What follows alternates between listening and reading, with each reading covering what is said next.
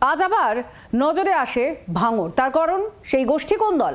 ভাঙড় 2 এর বিডিও অফিসে আরাবুল এবং শওকতের অনুগামীদের মধ্যে ব্যাপক বচসার হাতাহাতি হয়। উত্তর কাশীপুর থানার পুলিশ গিয়ে পরিস্থিতি নিয়ন্ত্রণে আনে।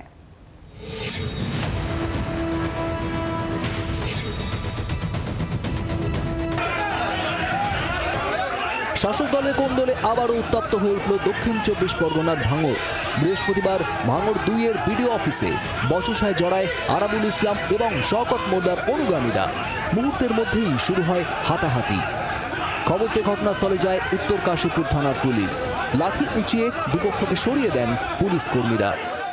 আজকে হঠাৎ করে বহিরাগত ভাঙড় 1 নম্বর ব্লক থেকে তারা এসে আমাদের পঞ্চায়েত সমিতির সভাপতি সাহেব তিনি বসে আছেন, তারা কটূক্তি করছে এবং বাজে বাজে ভাষায় গালাগালি করছে। এখানকার কিছু যারা কুখ্যাত ক্রিমিনাল তারা অশান্তি করার চেষ্টা করছে। আমরা প্রশাসনকে বলেছি। অশান্তি থামলেও থমথমে গোটা এলাকা।